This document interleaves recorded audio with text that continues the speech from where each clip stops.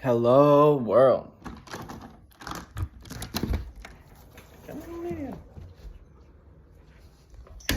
Too hot, reporting live from Spaceship Earth.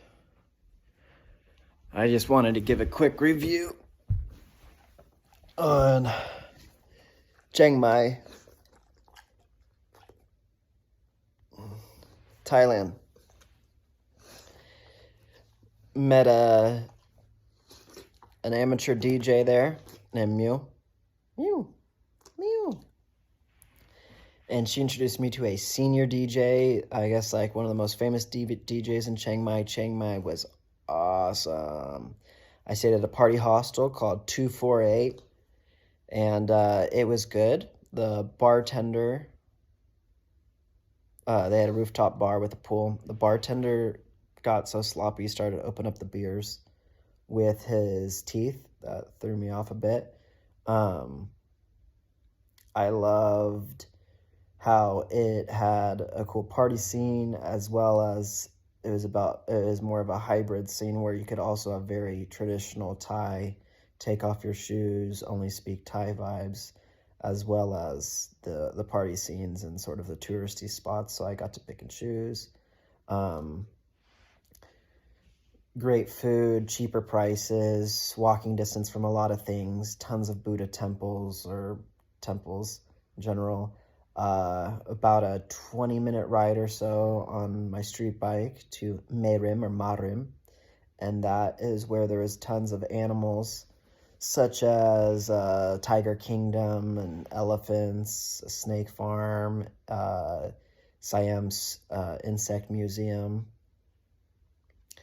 waterfalls. It was just, Chiang Mai is definitely one of my favorites. All of Thailand's my favorite, but Chiang Mai was somewhere you need to go.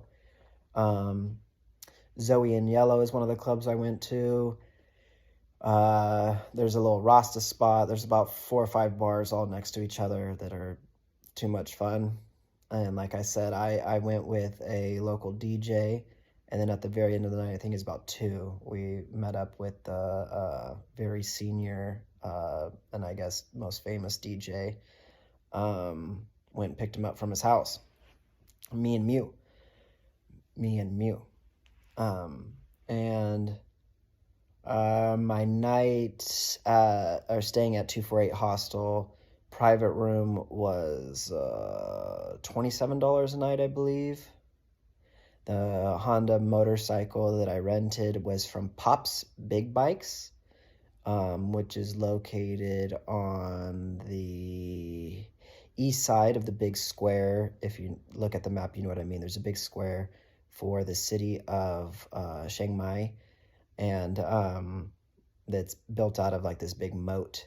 I was staying on the north edge of that big square, 248 hostel, and that was about $42 a day to rent that really nice motorcycle. You give them your passport, and I think they bank on most people crashing, and then you have to pay them out a crazy amount to fix or buy back the motorcycle or what have you. But folks were surprised when I rode through a monsoon all the way to Pai and brought it back all in one piece. I think there's a lot of tourists that are drinking and inexperienced on motorcycles and scooters, and they crash their motorcycles and have to suffer the consequences, which is paying things out.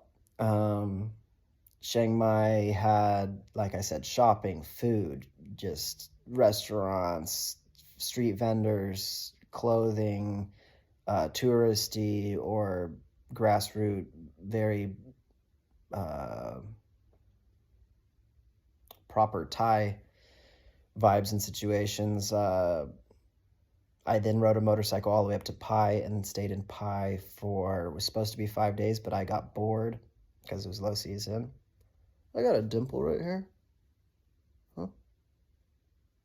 Indy, do you have a dimple right here? Is that cute? Very cute, huh? Boop, boop, boop, boop, boop. And I will make a video now on my experience in Pai.